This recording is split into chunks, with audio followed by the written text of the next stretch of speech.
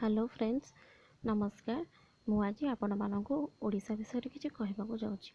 आपण मैंने तो जानते ओडिशा को प्रशासनिक दृष्टिकोण 30 जिला एवं 30 जिला को 58टी सब डिविजन रे एवं प्रत्येक सब डिविजन को 171टी तहसिल रे एवं यही तहसिल गुड़ी को 314टी ब्लॉक एवं प्रत्येक ब्लॉक को 6234टी ग्राम पंचायत रे विभक्त करा जायछि एवं ओडिशार राजधानी कौन भुवनेश्वर एवं समस्त प्रशासनिक मुख्य कार्यालय मध्य सेठारे ही अवस्थित।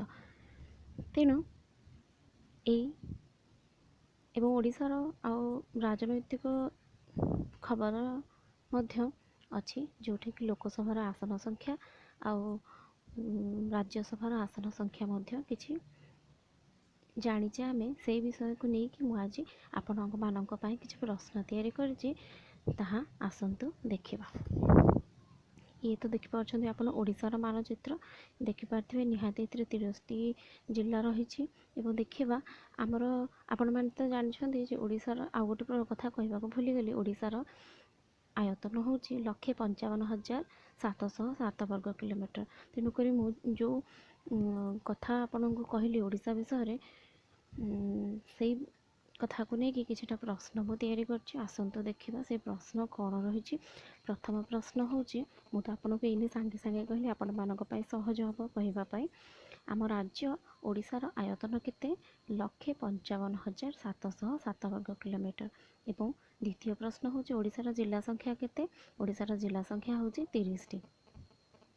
तापरे आसिला प्रशासनिक दृष्टिकोण ओडिशार सब डिविजन संख्या तथा तहसिल संख्या केतोटी। तहसिल संख्या केते सब डिविजन संख्या होछि 58 एवं 171टी तहसिल। एवं चतुर्थ प्रश्न होछि ओडिशा रे समग्र केतोटी ब्लॉक रहिछि। सब जगह केतोटी ब्लॉक रहिछि तो 314टी ब्लॉक अछि। तापर आसला पंचम प्रश्न ओडिशार विधानसभा आसन संख्या केते एवं लोकसभा आसन संख्या केते।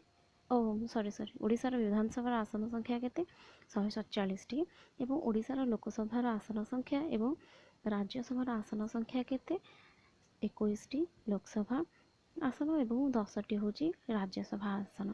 ओडिशार बृहत्तम जिल्लार ना कौन।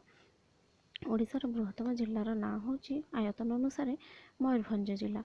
तापर लोकसभा अनुଯାयी ओडिशार बृहत्तम जिल्लार लोक संख्या अनुଯାयी ओडिशार बृहत्तम जिल्लार नाम कौन गंजाम जिला।